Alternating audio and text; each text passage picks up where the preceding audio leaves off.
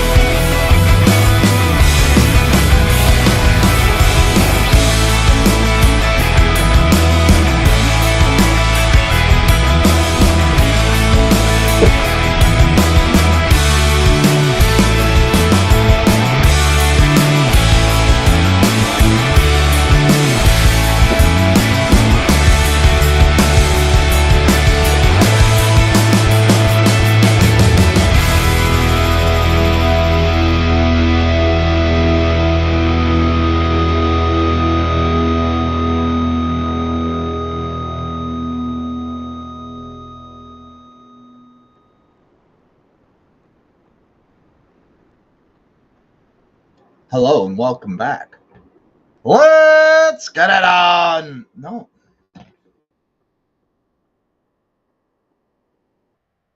Let's get it on. Fucking microphone. Hello. Would you like to work today? Thanks. Welcome back, peeps. Welcome back to the last time you'll see me here in this location. Last time. Next Tuesday night, I will be streaming from the new location. However, that's going to work, I don't know yet. We haven't figured that out. There's going to be some more discussions on Tuesday. Yeah, that's right, Tuesday. I don't get it. That's why I was thinking that too, because I stream from everywhere. I stream from here. I stream from the shed. I stream from up north. I stream from different people's houses. Me and Dub stream from Ottawa. So it doesn't really matter how it will work, but it will work, and I'll be in a new spot. We'll figure it out from there. Welcome back, peeps. Welcome to the show. Welcome to the hundreds of people that watch me for whatever fucking reason. And like your view count is really low, then you don't know how the system works. You just don't know. Anyway, we're supposed to be having a beer delivery, i.e. beer or Canada Dry ginger ale delivery tonight. So hopefully it comes, because I have one single Canada Dry ginger ale left, and I don't have liquid that I want to drink other than I have more water. I could get water, but I mean, it's not the same. It's not the same. Like you have to drink when you're streaming, because you're talking so much, your mouth gets dry. I gotta start fucking coughing up. So that was the one thing I learned from watching Raging Dissident. Man, he drinks a lot. Oh, yeah, there's a reason for it. Yes, there is. So that's why. So hopefully tonight, we're waiting. Hopefully it'll come. If not, we'll switch to her. Fuck, I don't know if I want another coffee. I shouldn't have another coffee tonight. That'd be a bad plan. But I got this turtle creamer shit. Okay, that stuff. I normally drink my coffee black like a man, like a real man does. A real man drinks his coffee black. But see, this is what happens. I go for it. But man, I tried this turtle creamer shit. Fuck, it's like drinking a chocolate bar. It's fucking amazing. Like, oh my fuck, it's like drinking a fucking chocolate bar. It's great. I love it. And it doesn't hurt my stomach. And I'm lactose intolerant. I got this stomach problem issue that's a pain in my ass all the time, because I love eating cheese. I really do. Cheese hates me though. It does. Cheese hates me. What else hates me? Pasta hates me. Tomatoes despise the living fuck out of me. Tomatoes fucking, man, they really hate me. Oh, it's a fork and a spoon. Yay. Look, no liquor in either, eh? See that? I don't even put liquor in it. Loser. The reason why I keep fucking talking about this fucking Canada Dry ginger ale and cranberry juice, and just a capful at that, not a lot. And we got more Canada Dry ginger ale. Hooray! The day has been saved. We have a pop delivery. Yay! Thank you. Woo! We have liquids. Awesome. Yay! But anyway, the reason why I keep talking about it is because it's a measure of sanity. Believe it or not, it's a measure of sanity to see if you're insane, if I'm insane or not. So I say this is a really tasty drink. I really enjoy it. So then I sell it to you, and I say, why don't you try it? You try it, you tell me, and then the feedback you get will dictate whether you're crazy or not, because that's the measure of sanity or reality. I think it's sanity. Like we all agree that this is a lighter. We all agree that it's black. It's a black lighter. It's a measure of sanity. So if that's what I say, I'm like, this is a black lighter. And then you say, yes, yes, I agree with you. That's a black lighter. So that's the basis or the start of truth. That's how truth starts. That's how you start. That's why in the presence of 2 or 3 witnesses, the truth should be known. That's because, like, okay, so we can all agree that this is, yes, that is for sure a black lighter. Okay, then you can start building from there. And that's how you build society. That's how you build a trust basis and your peace in your society. It's a measure. I think it's reality or it's a measurement of reality or consciousness. I forget which one it is. It's one of the two, but it's a measurement tool that you can use. It's just it's a measuring stick. Oh fuck, so good. It's the basis of the culture war, really, because we see things. You could look at it, that meme going around with the it's a black dress with blue dress with black stripes, or a white dress with gold stripes, or some shit like that. It was the basis of how brains interpret the same picture differently. Like there's 2 sides. It was a measurement of that. There is 2 sides.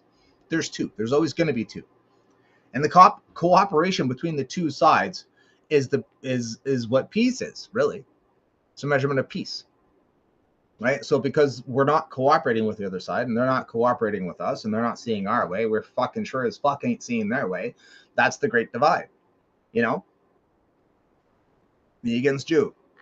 You against me. Who sees a black lighter? Everyone who sees a fucking black lighter, raise their hand. Okay, everyone who sees a black lighter, you're on my team. I'm on your side. Because if you don't see a black fucking lighter here, there's something mentally wrong with you. There's something's wrong with your brain. And like you need help or something. It's a measurement of sanity and reality. And it's the division of the sides. That's what it is. Cool stuff, eh? Yeah. But anyway, that's why I keep selling it, because it's a way to test my own reality or consciousness or truth. Does he have taste buds? We're not quite sure, Bill. I don't have the mixture around because they're like little wisps of cranberry right up near the bottom. Whenever you get to the bottom, it's the wisps. They're wisps of cranberry. I just don't have it perfect because I want it all the way through the drink, and you only get it near the bottom, midway. It's where you start catching little wisps of taste of cranberry. Don't fucking ask me. I'm just telling you. I'm telling you how I fucking drink it and how it's so tasty. Then we can. What's up? What's up, my Taz? How are you, sir? So anyway, this is my show. This is what I do. I used to have this format where I would read articles and bullshit, but so Trump won the election. So we can go through it real quick. Trump won the election. Elon Musk did a fucking Roman salute, which is hilarious because he doesn't even know what the fuck it is. I don't know what Elon Musk's. I don't know what he was thinking when he did it. It's like, my love for you goes out. Just my love for you goes out, because he's not rich. He's projecting. That was a projection of his feelings. He's trying to project his feelings. Like, I get it. Like, I get it. But that is also another where you're not projecting your feelings of love and admiration. You're reaching for a sword. That's the difference between what you did and how we're making fun of you, Elon, because we're all making fun of you, Elon Musk. Because it's the most, like, I get what you were doing. I get the sentiment from it. But that, if you didn't know, the Roman salute is called the Roman salute because a father had, his daughter got raped. And he said, who will stand in for my daughter's honor? And her 3 brothers raised their hand out for a sword to say, I will stand up for our sister's honor. And they reached out to grab a sword. That's what it's a reaching out to grab a sword to fight, to defend the honor of your sister. That's what that is. Every time, okay, class, Billy, present.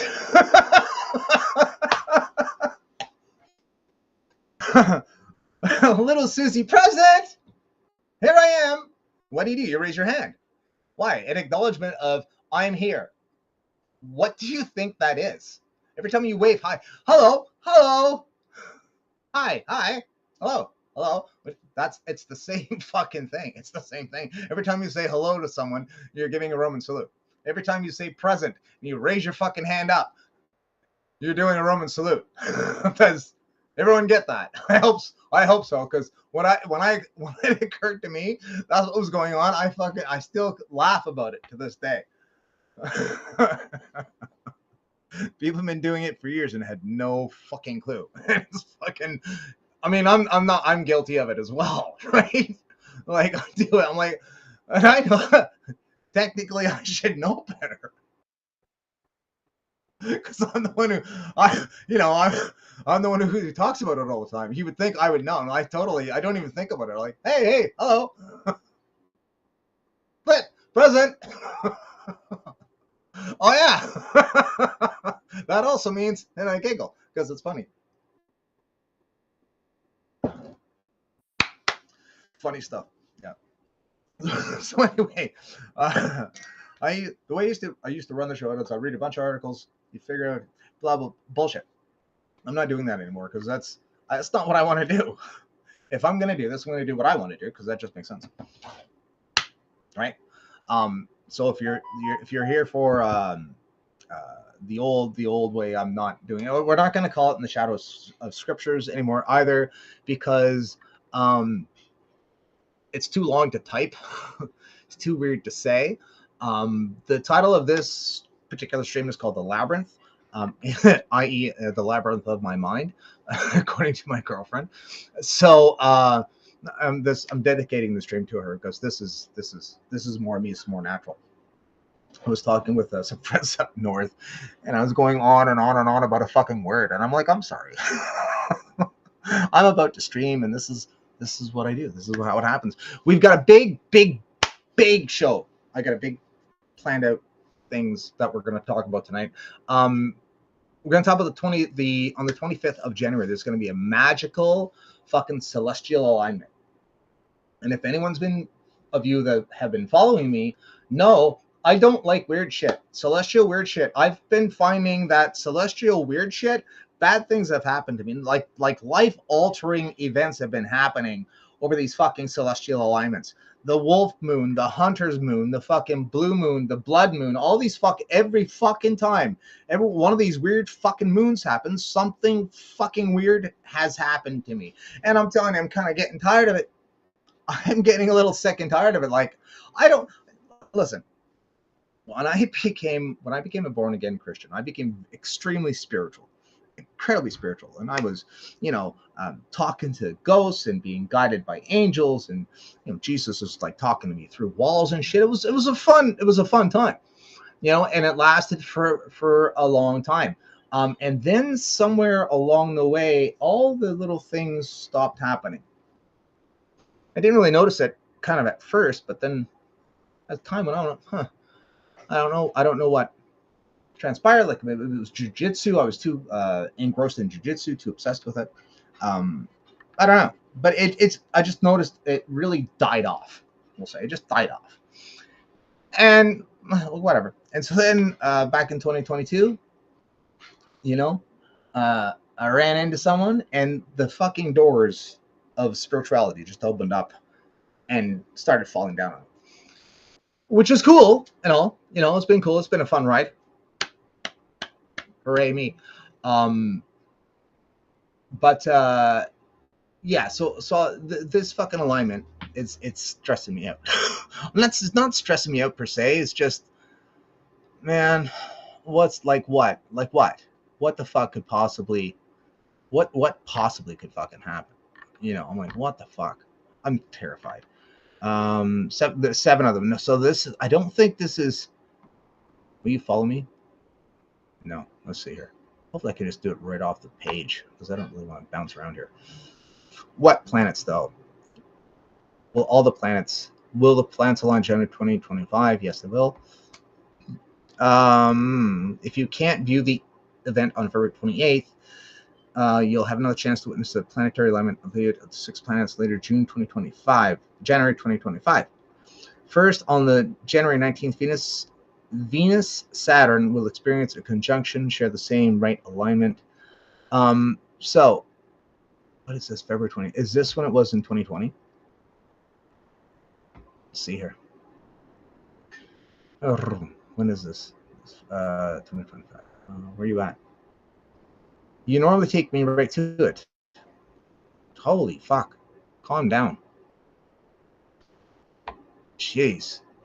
Our rare celestial, several little planets in the solar system align at some point per year, causing to really show up in the sky together and become visible from Earth for a planetary occur.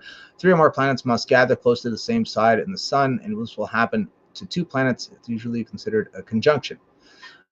A complete planetary parade that features 7 planets, however, is considerably more rare. The last time this event happened, it was in 2022. Pardon the fuck out of me? Pardon the fuck out of me? When in 2020? No shit! Oh, you don't fucking say. Fuck off. An alignment occurs based on the elliptic and imaginary plane that governs the Earth's orbit plus the other 7 planets' orbit around the sun. Each planet in the solar system stays on this plane, but the main difference among them lies in the orbital speed. The further it is from the sun, the slower it will orbit. Mercury, the closest to the sun, takes 88 Earth days to orbit, while Neptune, the furthest from the sun, takes a whopping 60,190 Earth days, or about 160 Earth years to orbit. Okay, fine. Eventually, the planets may align as they move through the elliptic. Blah, blah, blah, blah, blah, blah. Okay, fine. Well, we don't need a fucking how to view book. All right, here it is. If you can't view the event on February 28th, you'll have another chance to witness a planetary alignment, albeit only 6 planets involved, later in January 2025. I hate the fact that it's fucking, I don't know what's going on there. I hate that it's 6. I hate that it's 6. Fuck. 6. I don't like the number 6. I mean, we don't get along. I don't know why. Listen, fuck off. What the hell?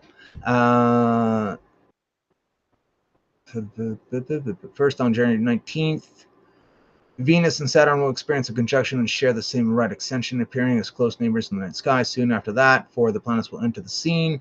On the evening of January 21st, you'll be able to see Mars, Jupiter, Uranus, Neptune, Venus, and Saturn align. Only Mercury will be missing. In addition, this alignment isn't only limited to one night, meaning some planets may continue to linger in the sky on the following nights. Okay. So it's missing Mercury. That's interesting. It's interesting this Mercury. Mercury is, I think, war. I know Mars is war. The fuck is Mercury? That'll have to be for a later time because I don't know. I could check into it, I guess. What is Mercury associated with? It's because it's the six planets without Mercury. Last time was 7. We're going to go Mercury in ancient times. What was he associated with?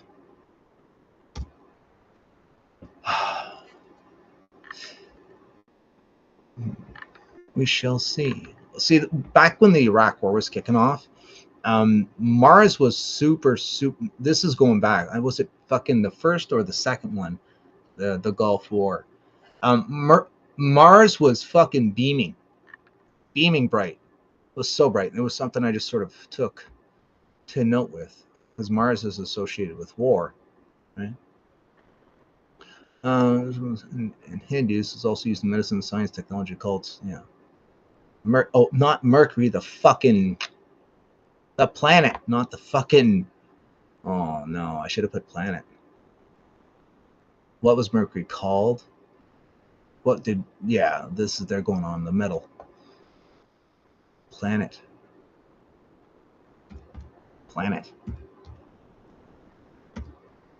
Let's see here. It's known to humans since ancient times, preserved by many cultures. Name comes from Roman messenger, the messenger god. The messenger is missing. Oh. It's associated with the Greek god Hermes. Oh. The messenger is missing. Interesting. I kind of looked at like the 4 horsemen in Revelations. I used to. I don't anymore, but I used to. It's very confusing. The 4 horsemen in Revelations is a very confusing part of the story, because there was a rider on a white horse, and he was a conqueror. There was a rider on a red horse, and he was war. Then there was a rider on a black horse, and he was like poverty. Some people say it's poverty, and because of the scales. And then came the rider on the ashen horse, or the pale horse, and that was death. And it's the war and the fact that he's red that I kind of link back to Mars. Red and war. And like red is a symbol of blood. I get it, but for some reason it just sort of, I just looking at all the facts, trying to look at all the things, and trying to read the stars and read the scripture and see what is pertaining to what and what relevance, because everyone's got their own fucking theories. So I'm, all over the place trying to figure this shit out, just to know. I like to know things.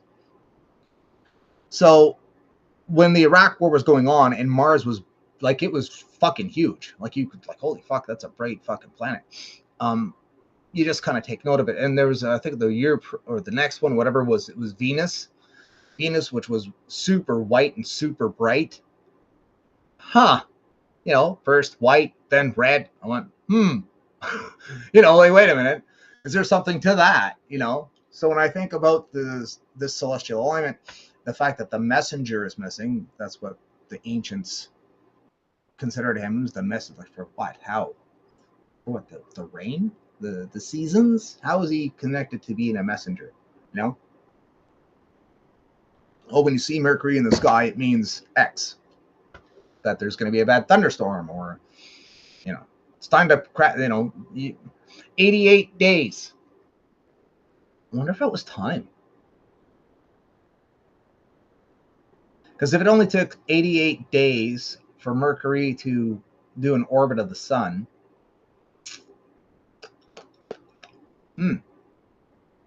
what if they used it as time?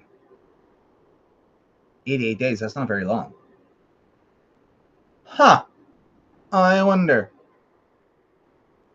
That's where they get the idea of it being a messenger. That makes sense. Yeah, that makes sense. I'll go with that theory. I can roll with that. Yeah, because it became like a clock. 88 days. That's not long at all. 88 days, so that's like a clock, like a calendar. So that's where they would get the whole idea of him being a messenger, because it's sort of, is that a messenger though? I don't know if that's a messenger. Once you see him, it's been 88 days. That's how you knew. I guess. Makes sense. Yeah, okay. I'm just trying to figure out where they would get the idea of it being a messenger, that's all. And that kind of makes sense. That jives with me. I'll go with it. So the messenger is not going to be there. Interesting. I wonder what that means. I don't know. And then, like, you can look at, fine, you can get into the whole Illuminati Mason bullshit where they use these celestial events to do bad things around the world. Yes, I know that. It's a fact. Because they do. It's weird. Something that's why I'm so interested in it, because of the fact that the WHO, NWO, Klaus Schwab, Illuminati, Masonic, fucking deep ritual, whatever the fuck, people, secret cults, whatever, do world altering changes on celestial events because they believe it's powerful. I sit back and I fucking cower waiting to see what the fuck's gonna happen, to my life. Like, that's what I do in these alignments. I used to look for it, I used to look around the world and see where the bad things are happening at the times they're happening, and you're only one person, right? This is what we're going to get into tonight as well, of how what we can do as a group to strengthen our community. We're going to be going into that tonight. So let's dive into it now. Now, I'm going to warn you. Warning is right now. No, I'm not trying to convince people to go to AA. That's my how we're going to start this. All right. Some of you might need it. Some of you might know you need it, but that's not my intention. All right. So I stumbled upon the 12 steps to AA through different people because I'm into self-help stuff. I love self-help stuff. You guys know me. I was into Julian himself. I always talk about, finding your shadow from Nietzsche and stuff like that. It's just cool. I find it, I find psychology fucking cool as hell. I really do. Practicing thought diffusion when you get a negative thought and it comes into your mind and you watch it walks into one door and then you can walk right at the other door and just go on with your day. It's called thought diffusion. Try it if you're having troubles with psychology shit. It's good. It's a good little practice. But anyways, back to this. So I stumbled upon the 12 steps of from AA, and I was watching this guy by the name of Father Martin, and I put a link. I did a video on it. I put a stream in. I think I did a video on it, and I put the link to it in the description. It's phenomenal thing on alcoholism. However, me being me, I gleamed, because that's what I do is when I hear shit, I gleam and I use it. I use it in different forms. Just spins off into its own little things. So I was listening to this guy talk about the 12 steps, and we're going to go through them tonight. And this father, the way he was talking about them, I'm like, that is like, the 12 steps are the basis of fucking being a Christian, of how to act as a Christian. You just take the word alcohol out of here. You can insert whatever words you want to in the place of alcohol. You just remove alcohol from these 12 steps. And it's a system, and it works. And I know it works. I know this system works because Christians have been doing it for 2,000 years. That's how I know this system works. And that's all it is. It's a system. All you have to do is you take alcohol out. You just take the word alcohol out and you insert whatever the fuck you want to in there. And this is a format, and it'll work. It's fucking basic math, really. It's basic math. And that's what blew me away, because I was listening to this preacher talk, this father. And I'm thinking, going, well, it's basically Christianity, and that's a system. It's a system of operation. It's a way of doing things. It's a group. It's the same thing. Well, like of course AA works. Like of course it does. I mean, been working for Christianity for 2,000 years. Why wouldn't it work in AA? Which is basically taking the principles of Christianity and dropping alcohol in the middle of it. That's all it is. That's what it is. It's the system of Christianity, and they're just dropping alcohol in the mix and then swishing it around. They swished it around and they filtered it out and they got rid of it. It's a cool thing. And like, no, I'm not trying to knock AA. Like, it was done by two guys, blah blah blah, so forth. I don't know the whole story. It's the coolest story. It really is. It is just a cool story of these two dudes that got together. They put their mind on a goal. They had a goal in mind that they wanted to accomplish. For them, it was quitting drinking alcohol. And they took all the advice they could from everyone they knew. They kept what works, got rid of what didn't. And they came up with these 12 steps, which work. And I'm absolutely fascinated and blown away by the fact that it matches practicing Christianity almost to a T. Almost to a T. So we're going to go through it. And this is for groups. You can run a group this way, is what I'm saying. Like if you are interested in starting a men's group, a women's group, an active group, a hiking group, any type of group for people who are starting groups, which you should be part of, by the way. You should be joining groups or starting a group and getting together with your friends. Tribe and train. Tribe and train. This is a system that you could use because managing a group is not easy.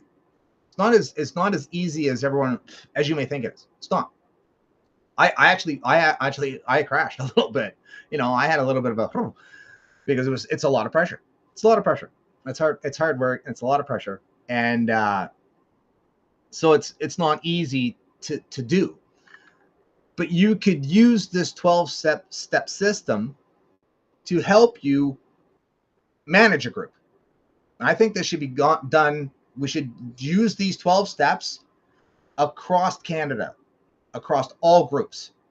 Yeah, that's what I'm thinking. So, and let's go through them.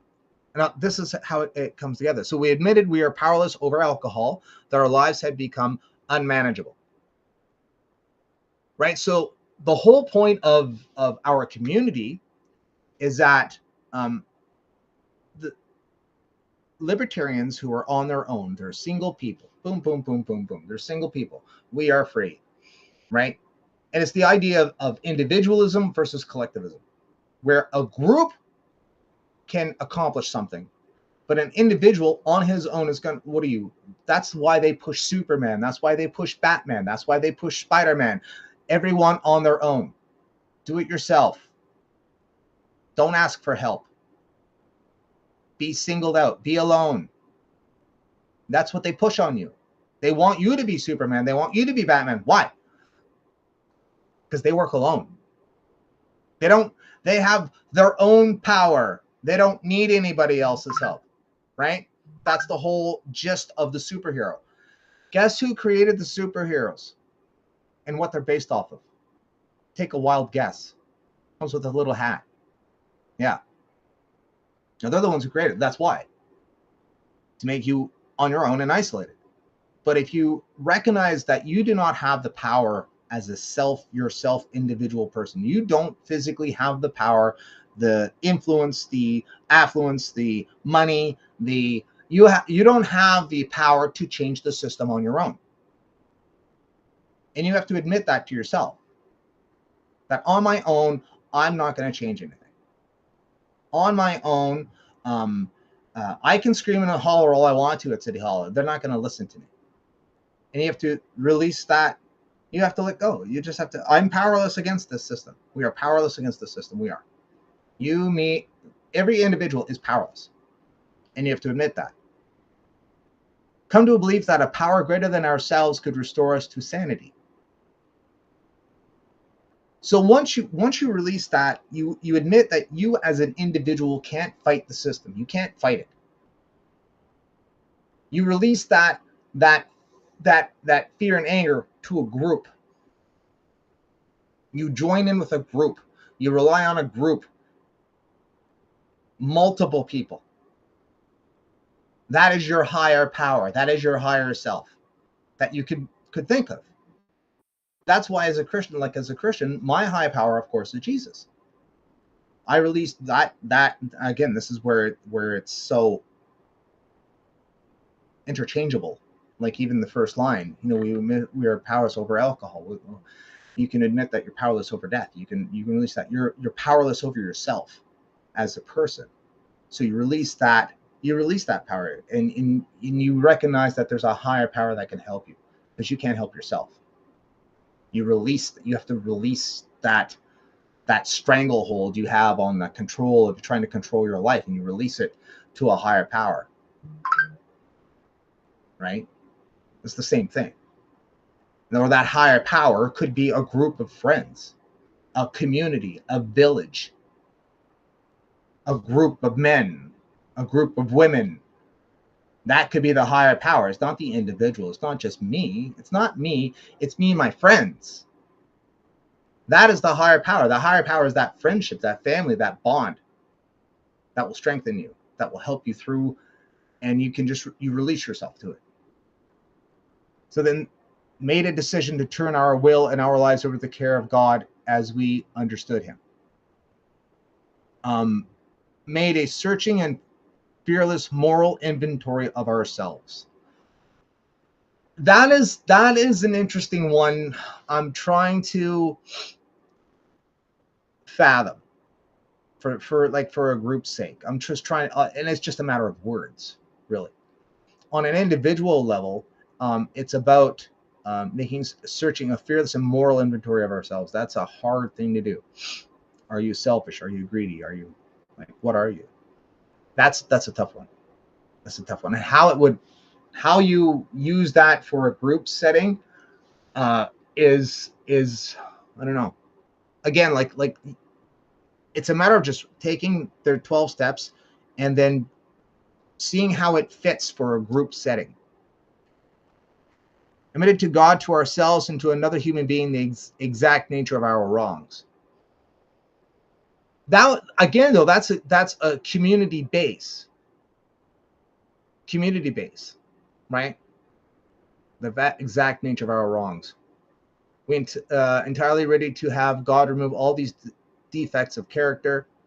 Humbly asked him to remove our shortcomings, and made a list of all persons we had harmed and become willing to make amends to them all. And again, this needs to be worked out. I'm just saying there's steps, this program, you can do it. Made a direct amends to such people whenever possible, except when doing so would injure them or others. Continued to take personal inventory, and when we were wrong, promptly admitted it. Again, this is where it comes into practical Christianity, in my opinion. Made direct amends to such people whenever possible. So you confess, you repent, and you ask for forgiveness, not only from God, but from others around you that you've wronged or you've sinned against. I mean, that's part and parcel of the whole genie gig, right? Except when doing so would injure them or others. The same thing would apply. That would apply to Christianity. It would continue to take personal inventory, and when we were wrongly promptly admitted it. What's wrong with that? There's nothing wrong with that. Continue to take personal inventory, and when we were wrong, promptly admitted it.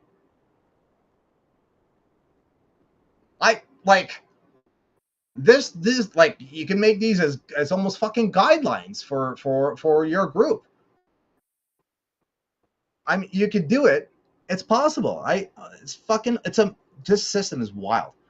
Sought through prayer and meditation to improve our conscious contact with God as we understood him, praying only for knowledge of his will and for us the power to carry that out.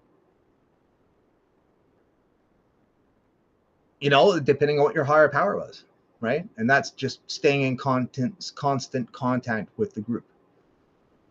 Having had a spiritual awakening as the result of these steps, we tried to carry this message to alcoholics and to practice these principles in all other affairs, and all our affairs. And again, just take the alcoholics out of it, and you can look at yourself as maybe someone who was sleeping and now you are awake, type deal. This could be used. This is useful. It's a useful tool. It is a fucking tool. I don't quite know how to use it yet. I'm kind of picking at it a little here and there, but it is a tool. They use this. They use it for alcohol. They use it for narcotics. They use it for porn. They use it for fucking they use it for everything because it works. Like, if you can use it for that stuff, you could use it to run a group. You could. And it would work. Why do you know it would work? Because Christianity has worked for 2,000 years and is based off the same system. I'm just saying, if you're looking, and like, if something has that much staying power using a certain system, you want your group to be strong and forceful and I don't know, have staying power. There you go. I take the knowledge and I give it to you. I'm saying this is a system that I would back. I back the system. I think it's great.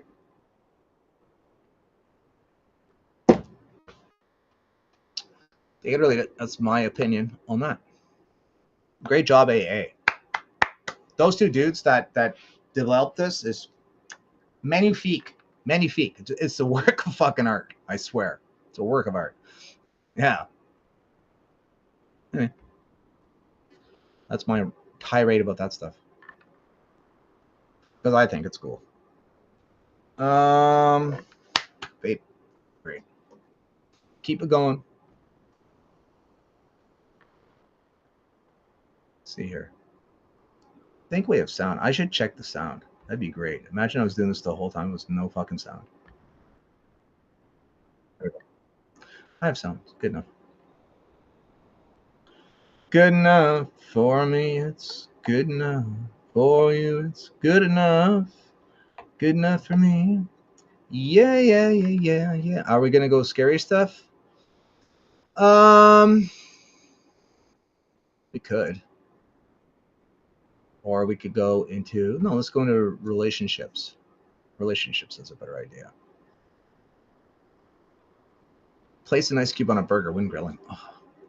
What does being all in a relationship mean to you? My definition just changed. All right. When you're all in a relationship, what does that mean to you? Does it mean you're at the point where you're trying things as a monogamous couple? Does it mean that you're moving in together? Does it mean you're getting married? I didn't realize that being all in with a guy could have so many different meanings, but now that my own definition has changed, I realize it does, and making sure your version and his line up is a gigantic deal. And why, yes, in true Meredith does relationships fashion, I learned it the hard way. When you're all in a relationship, what does that mean to you? Does it mean at the point where you're trying to think monogamous couple? Okay, I was rereading the fucking. Why would you do that? It's annoying. Marry me. All in version 1, or how to scare the shit out of a girl who used to love commitment. Once I got back home to Brooklyn from my little mental vacay in San Francisco, Isaac and I went to dinner that night.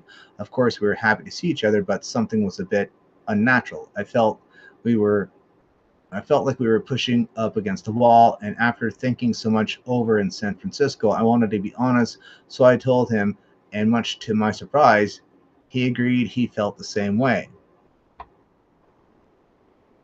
Call all the pressure in the room dissipating. You can practically feel it, can't you?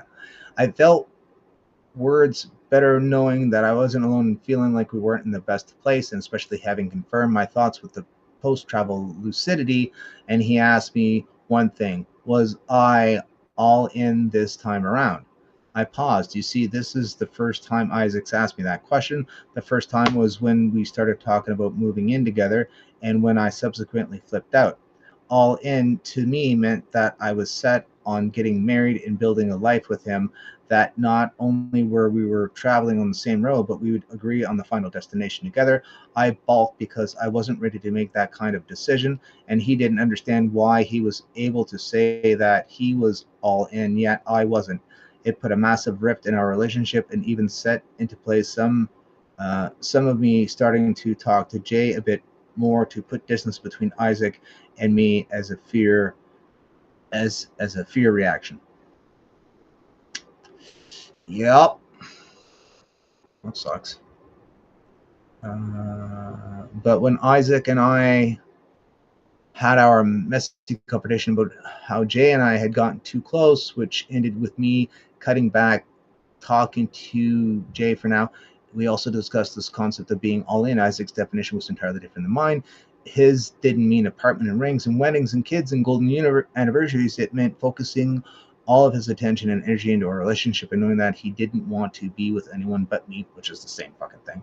Maybe those things were a long-term goal, but he was all in terms of how much he wanted to work, and that's why he was startled when I couldn't say I was. Let's cut our scene back to Monday night over sushi. I really know how to make. Wait, Stefan. Isaac needed to know if I was all in this time, if we were going to get past this wall, really try to make things work. I really have to be entirely in the relationship, and I haven't necessarily proven that to him yet. Yeah, I've said it before, so that's why I'm interested in it. That sucks. Like, what is your definition? Is that something like when you're single? I mean, I've said it. Like, that's kind of where I was at a while back. It's like, I'm all in. Like, that's it. Once the switch is on, it's like, I'm too fucking old. I'm just too old. I'm not fucking chasing pussy. Fuck that. Like, no. Hell no. I set out on a goal. I was on a mission. Why the fuck? I set out on a mission. I had a goal. I had one thing to accomplish. You know? Yes. You know? No. You have your list. Check. No. Check. We did the whole point system and everything. That was fucking fun. I didn't even match. Like, I don't care. It was a fun little game. But yeah, like, are you in or not? You know, are you all in? You know, flick the switch, yes or no. And it's like, well, if you're devoting your time and energy, yeah, I think she should have balked. She was not ready. She's like, fuck no. Like, whoa, calm down. I think she was totally right in doing that. And his little explanation afterwards, I was like, well, that's kind of the same thing, bud. It's kind of I don't know. I agree with the pro. I would have said like, oh, no, that's a no. Not ready. No. Sucks to suck. That can I tell you? I don't know. Brutal. I love talking about like the I think I have codependency issues. Definitely have codependency issues. I think so. Little column A and a little column B.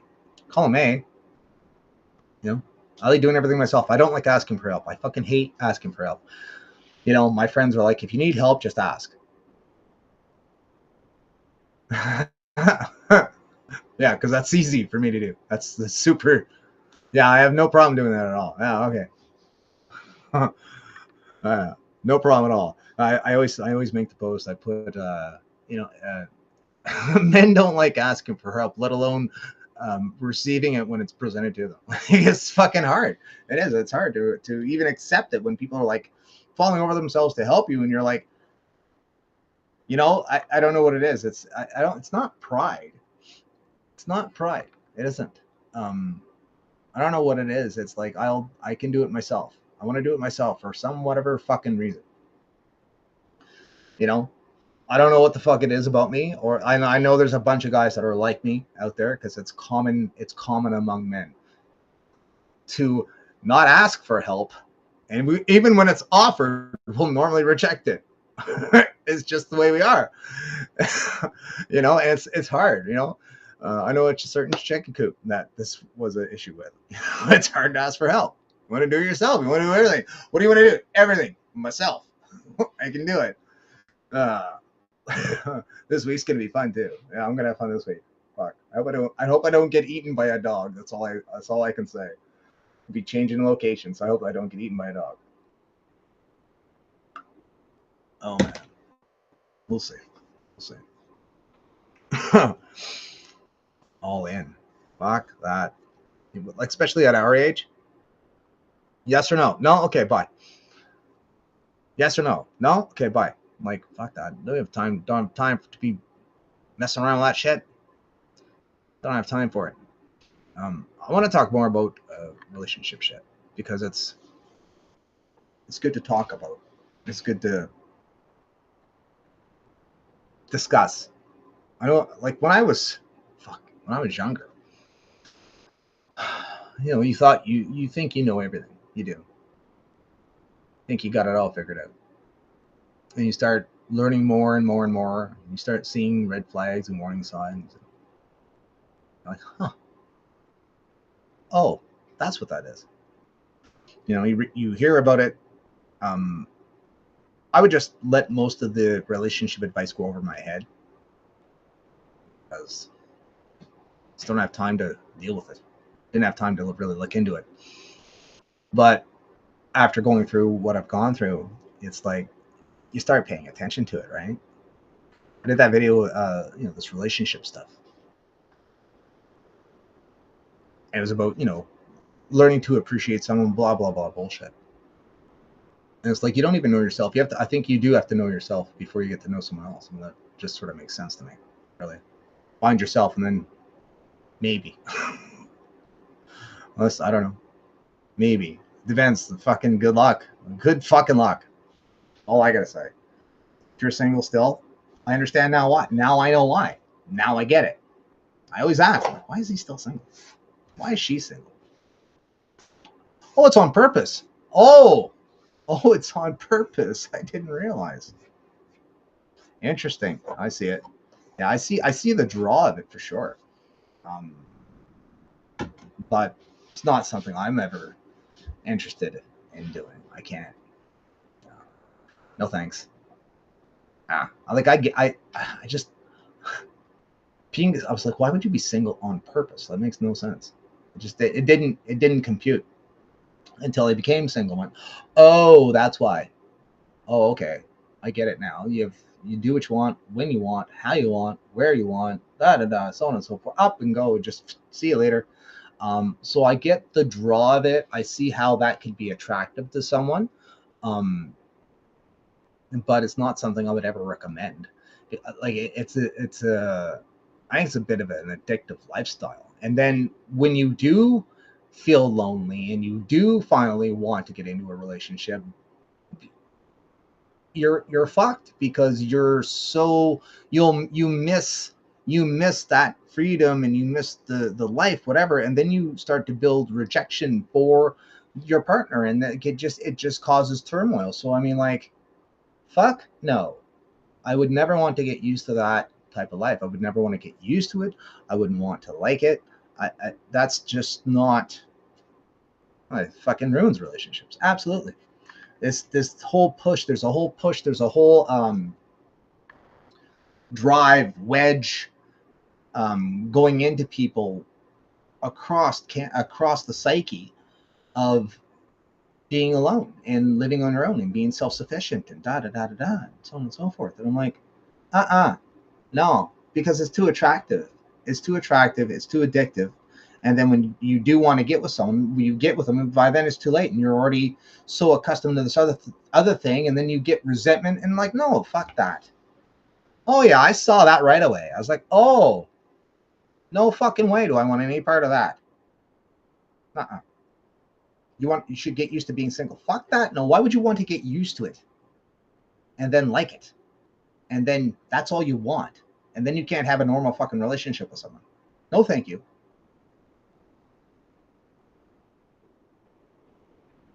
No way. That's a lot, and it's a lot of work. Like, and then they get into a relationship, and it's that much fucking harder. Which people do. I'm not saying people don't get over that hurdle and they can't learn and da da da. I'm not saying it's impossible, but why would I make work for myself? That makes no sense. I'm like, wait a minute. So you just write up a list. Check, check, check, check, check. Sold. That's the way I looked at it. Sold. Yes. Perfect. Awesome. Awesome fit. Awesome. Perfect. Awesome. Amazing. Amazing. It went click. And that's what I said. It will just fucking click. When you meet them, it just fucking clicks. You're like, there it is. One day, maybe you'll meet her. Maybe. Don't count on it. Not on here anyway. What do we got going on here? Let's see. What are we gonna do? Oh, we have to go to the scary place now. I really have to take a piss. Doesn't that suck? Yeah, I know. It sucks. What do we don't have nothing to play. We'll put on a YouTube video. That's what we'll do. Put on a small YouTube video and I'm gonna take a piss. What are we gonna watch? Think of something. Oh, let's see. Yeah, I know what to fucking do. We're gonna prelude this with a fucking kiss. I know what to do. So last night I was watching the scariest fucking YouTube video I've ever watched in my life. It was terrifying to me. I should be able to find it fairly quickly. Hopefully. It sent me down one fucking rabbit hole and a half. Oh, that was a bunch of Tetris shit. Don't ask. Oh, fuck. It's going to be a little... Actually, it will be a little bit. When did I watch that?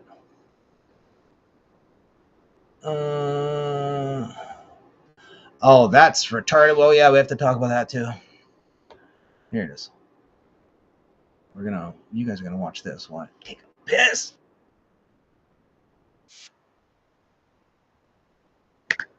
Goes away. Right there. All right. Here we are.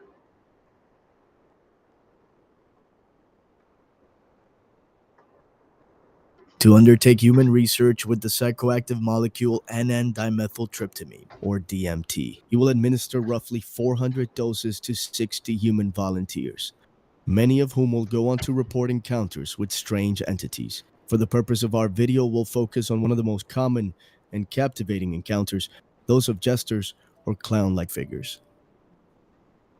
Outside our trips, jokers and tricksters appear across cultures and mythologies worldwide, leading us to question what is their connection to psychedelics.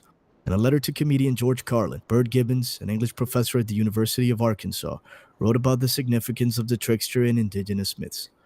Many native traditions held clowns and tricksters as essential to any contact with the sacred. People cannot pray until they had laughed, because laughter opens and frees from rigid preconception. Some fascinating examples include the Hayoka of the Sioux and the Koshare of the Pueblo Indians, sacred clowns who danced on the fine line between madness and wisdom. These figures are known for their absurd behaviors, such as riding their horse backwards, eating mud, and performing other strange acts. They would paint their bodies with stripes and wear pointed hats, sharing a visual and symbolic resemblance to the European jester. This highlights a curious human tendency to depict jokers and tricksters in similar ways, even across vast distances and cultures. In mythology, we encounter tricksters like Hermes, divine messenger of Olympus. Oh, fuck off! Fuck off! Fuck right off!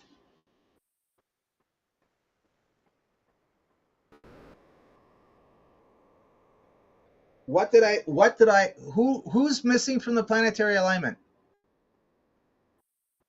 Mercury. What god is Mercury? Hermes, the messenger. Are you fucking kidding me? I didn't plan this. Holy fuck. That's why, because I've got this stupid fascination with the fucking clowns now. And they're linking it to DMT, where these clowns are just weird and scary. right? I'm not scared of clowns. You know, I would dress up if I didn't have a full fucking beard. I'd dress up as one. Me or the video, both. You know, Janville was talking to Michael Malice in a video about this today. What? What?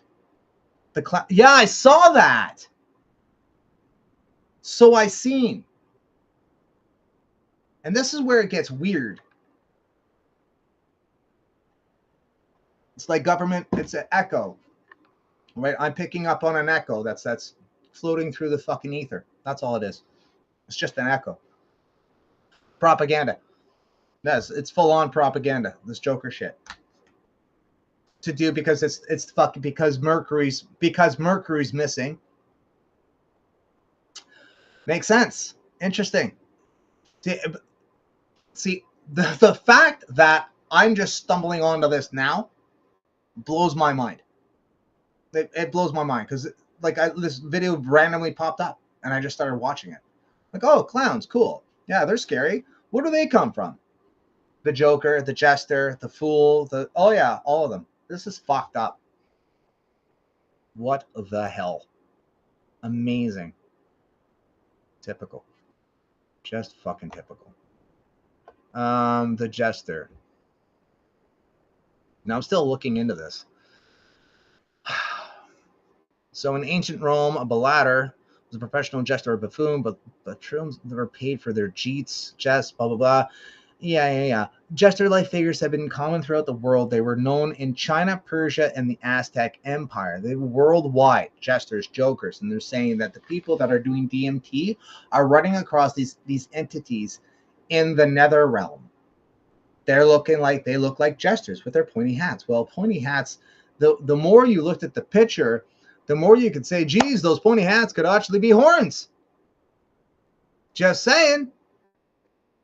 And like they're saying that the people who are having lucid dreams or experiencing visions back in the day, or taking magic mushrooms or doing a Kuza or whatever, the DMT, whatever fucking release, that these entities, spirits, were interacting with people, and the people brought that character forth in costume, wearing the hats, and that's where it comes from. People talking with demons or evil spirits is what they're saying. It's creepy as hell. And that the clowns and the jesters and the mimes are all just like the representations of what is it's a mortal display from within. These are what they look like, and we parade them around and laugh at them. And one of the reasons why you could say is that they're trying to make us laugh is because they're fucking terrifying. So we do, it's the mirror image of it. You could say it's what malice is as well. When you think of a real trickster or a real prankster, is someone who with malice. They have malice against you. They want to laugh at you. They want to laugh at your fall, your trip, your injury, or they do it with malice. They enjoy watching you in pain. They enjoy it. They get a kick out of it. It's out of malice. The real trickster, the real prankster. And they say that's genies and demons and evil spirits and stuff. All that stuff is what it's from. Yeah, it's crazy. It's a deep, disturbing, dark fucking rabbit hole is what it is. And it's fucking terrifying. It's fucking scary. It's scary shit when you start thinking about it. When you start digging deep.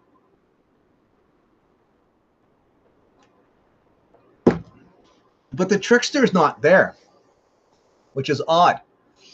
So on a worldwide scale, because the trickster is not there, what does that mean? How are they going? What? And again, what you do is the event, the thing, the moon, whatever, it happens, and then you wait for the repercussions. You wait to see what ripples out. You can't worry about the day. You don't get caught up on the day. Don't get caught up on the, oh my fuck, something bad's going to happen on that day and blah, blah, blah. And don't get caught up on that because you can't do anything about it anyway. You can't do anything about it. Again, this has to do with individualism. Same thing. Are you as the single person going to stop the world elite from doing whatever dastardly deed they're going to do on the 25th? Are you an individual going to stop them? No, of course not. As a group, you might have a fighting chance to cause reverberations back, and that's why it's important to group up. Find something bigger than yourself. Well, a group of people is bigger than yourself. 2 is bigger than 1. 3 is bigger than 1. 4 is bigger than 1. 5, 10, 20, 50 is bigger than 1. They're all bigger than 1. So it's bigger than 1. It's stronger than 1. It has more say. It's louder than 1.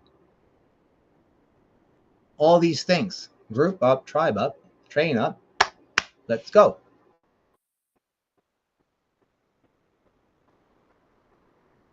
There are various theories about the origin term in Horse. Is all this bullshit that I don't really care about. The English royal court jesters.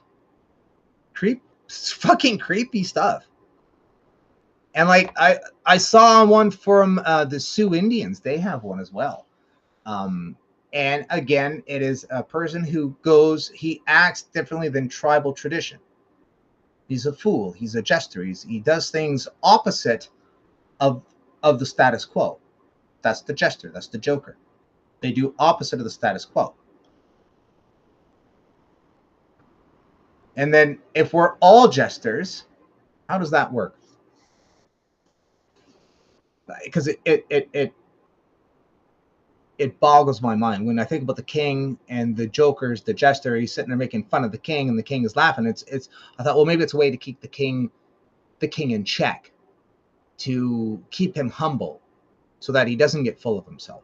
And that's what the jester's job was to keep the king sort of, down a couple pegs, just to help him come down a couple pegs. And he was the only one that could do it. He was the only person allowed to do it, was the jester, because it made the king laugh. And it kept the king humble without having, his counselors, his wife, his peasants think that or do it to him. There was one guy, and that was his job. It's a pretty good system. It's a good character system for developing character too, I guess. To keep a jester by your side, so that way you don't get so full of yourself, right? And you can look at it as like a spiritual fucking entity, and that's what they do.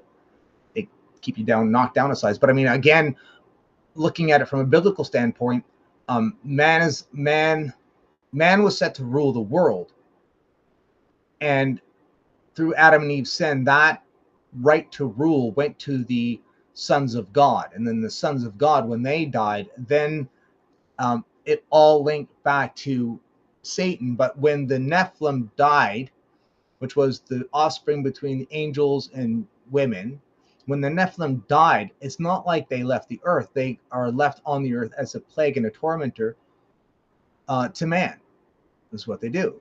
So because of that, you could almost say that because man was set to rule and they lost their rule to the sons of God, that the children of the sons of God would mock man for his fault. They would mock him for it. They would make fun of him for it, because their fathers got control, so that the children would mock men for what their fathers did. I would think so. That makes sense. That's why they torment us. That's why they mock us. They mock us. Every time you look in the mirror and you don't think you're good enough, you're strong enough, you're every negative thought that you have in your mind, that's not you talking. So don't listen to those voices, because you are good enough. You are strong enough. You are a good person. You are good looking. You are funny. You are every negative thing. You turn that around and say, yes, I am. Because they're mocking you. They're just mocking you. So don't listen to those that mock you. Because we sinned and we lost our rule, but when we die, we go above the angels. So although we lost the world, we gained eternal life. So there. We're called we are royal princes. We are a royal priesthood. That's what we are. Man is. Any man who accepts Jesus into the life is part of a royal priesthood. So technically everyone has the capability or the opportunity to carry that title. Anyway, so that makes sense. That sort of jives. Clowns and jesters were featured in Shakespeare's plays, company out in Scotland. I don't care about Scotland and England. Let me hear jester's privilege. Jester's privilege is the ability to write to a jester talk and mock freely without being punished. As an acknowledgement of this right, the court jester had symbols denoting their status and protection under the law. The crown, cap, and bell, and scepter mirrored the royal crown and scepter widely by a monarch. Martin Luther used jest in many of his criticisms against the Catholic Church and the introduction to the Christian nobility of the German nation. He calls himself a court jester, and later in the text he explicitly invokes the jester's privilege when saying that monks should break their chastity vows. Political significance. Jesters could give bad news to the king that no one else would dare deliver. In 1340, when the French fleet was destroyed at the Battle of an English Philip's IV jester told him, the English sailors don't even have the guts to jump into the water like our brave French. All right. So yeah, again, though, that's where that jester's privilege, that ability to keep the king a couple notches down, a couple notches, and having that the ability to give bad news. Like, yeah, who wants to give the king the bad news? Oh, it sounds like he's a fucking off with his head type person. End of tradition. After the Restoration, Charles II did not reinstate the tradition of the court jester, but he did greatly patronize in the theaters and proto-music hall entertainments, especially favoring the work of Thomas Killigrew. Though Killigrew was not officially a jester, Samuel Pepys in his famous diary called Killigrew the king's fool and jester with the power to mock and revile even the most prominent without penalty. I mean, there's people that are like that too, right? So that's one, like a messenger. Again, messenger. I think there's a difference between that and a trickster, though. Different. There's different personalities, it seems, because you have the trickster with malice, and then you have like literal messengers, those that mock. Yeah, those that mock. Those that make you laugh. It's the interesting, the laughing part, making people laugh. Because the trickster's laughing at you, not with you. It's chaos. Chaos is the god chaos, laughs in every direction. The god chaos. Order, chaos. Duality there, I guess, a little bit. Yeah, chaos is the god that, the god of chaos laughs in every direction. That is a pagan. That's a pagan talking point. 1 second. It's not even real. I think the god Chaos is actually from Cthulhu, which is, well, we all know that's bullshit. I don't even know why they talk about chaos. I watched, if you guys think, like, whoa, Skyrim. He's in that, but he's under a different name. The god Chaos. Laughter in every direction. And it's fine if you're laughing in the same directions. When he's laughing at you, that is no fun. That's when it sucks. As long as you're laughing with chaos, it's good. It's laughing at you. There's a problem. Just a capful. I fucking love it. No more. Little touch more. Just a bit. The last one was really good though. No, we'll just one. I like doing half and half. That way I don't have to fucking stir it. The best is with ice. You cannot, I just don't want to get ice. It's really good with ice. I don't know what it is about it. It's fucking addicting. I don't know. Glad she didn't show it with beer. That would suck. That with beer? Oh, that'd be gross. That would be sickening. Warhammer? No. It's not off of Warhammer. No, it's not off Warhammer. What is the God Chaos? Fucking Jordan Peterson and that dude was talking about it that one time. The God Chaos. I forget where he's off of. I don't think there's any religion. Like, I don't think there's any real religion. Concept of chaos. In some religions, chaos personality is a god. With others, it is the first god. Gods of chaos from different religions. Iris, the Greek god of chaos. Chaos, the Roman god of chaos. What? Apophis, the Egyptian god of chaos, also known as Apep. Yeah, who's going to crash into the earth? When is that? When is that? When are we getting? When is the probably? When is probably the apocalypse? I forget now. Let's see when possibly the apocalypse will be happening. Apophis. Let me popped up for the third time. This asteroid is getting talked about a lot. Apophis. Yes, my friend. 2024. Where's the thing? Neil Tyson DeGrasse, believe it or not, explains it the best. Where are you at, buddy? No. 2029. Here it is. Yes. Well, Apophis hit the Earth in 2029. I believe this is it. Let's see here. This is the possible apocalypse that will be happening. It kind of fits. Why don't you fuck off? 2029. We'll know in 2027, scientist says. City killer asteroid the size of the Empire State Building is a potential threat to Earth. 2029, according to a new simulation, asteroid the largest 90% asteroids orbit the sun every 324 days and comes to close enough every decade. It was given the name Apophis, an Egyptian god of chaos, when it was first discovered in 2004, because it appeared to perhaps be on a collision course with Earth in 2029, 2036, or 2068.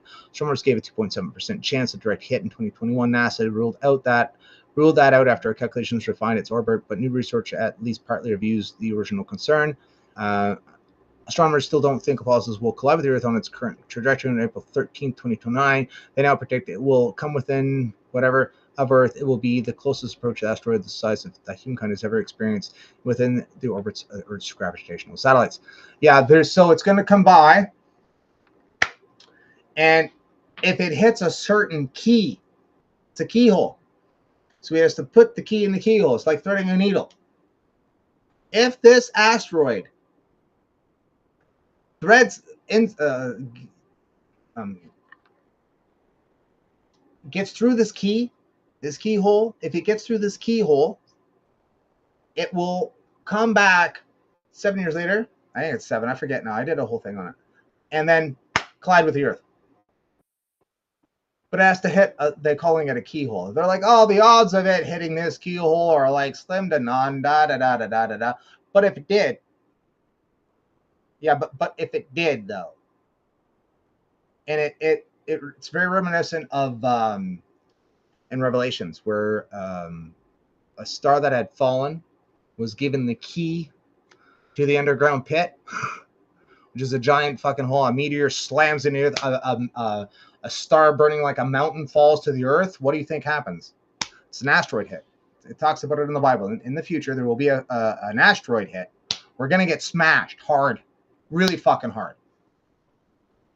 And out from this pit comes the locusts with the wings and the stuff and the things. It's bad. It's just a bad time. That's coming in the very near future. In this asteroid, so it's obviously an asteroid strike. Okay, we can all agree with that. It's pretty fucking close. Like a star burning with fire hits the Earth, opens a bottomless pit. Let me think about this. Let me think about when I'm reading these lines. What does that sound like? Sounds like an asteroid is going to hit the Earth. And this could be it. This could be the one. Apophis, the god of chaos. Interesting. Apophis. I don't know. We'll see. So 2029, 2027, somewhere around there. We'll see. Let's mark it on your calendar. Did it happen? No. Okay, he was wrong. Good. I like being wrong in these situations. These situations, I love being wrong. No problem being wrong at all. Yo, bud, that asteroid that you said was going to hit didn't hit. Good. I'm glad to hear. 9:20. That's an hour and a half. That's all I got to talk about tonight. I'm good to go. I hope you guys are having an awesome evening. And I will talk to you later. Not much else going on, to be honest. Nothing worth me talking about. I just scary demons and clowns. Shit. Fucking scary. I'm terrified of clowns now. Terrified. It's totally ruined my life. I could be a clown. So I wouldn't want to shave though. Like I'm not shaving this. You fucking mad? I'm not shaving this shit to wear makeup. No way. Fuck that noise. See you later, people. Thanks for coming out. Ciao.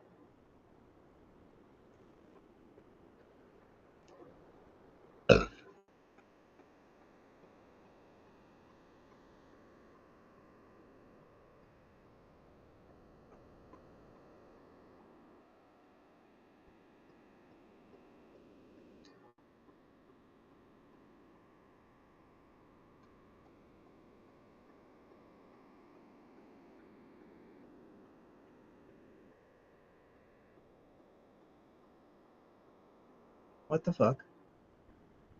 What's going on here? Why isn't it stopping? Is this still going? Delete room, it says. And it says I'm still alive. Double rejects down. There we go. That was weird. Now we're going.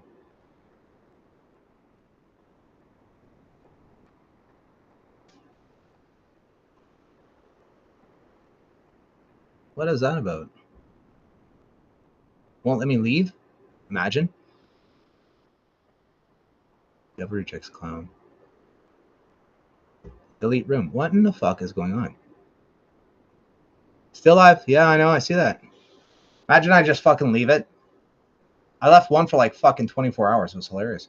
Why is this thing not shutting down? I wonder if maybe I can log into my phone and do it.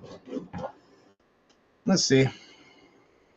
Yeah, the last one, I did not mean to leave live. I guess I didn't do it. Maybe this happened. I just didn't notice.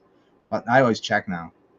Yeah, I don't know what to do with the fucking thing neither, because it's like, oh, I don't want to delete it because it's still there, right? Stream forever, slip. I know I'm stuck here. Now I'm just stuck here. The Labyrinth. Yeah, I know. Yeah, no shit. Enter. Oh, I don't want to do that. No. See what happens. There we go. So I'm not. Yeah. Oh shit. Hopefully that. Try that. Oh. And you can still hear me? What the fuck?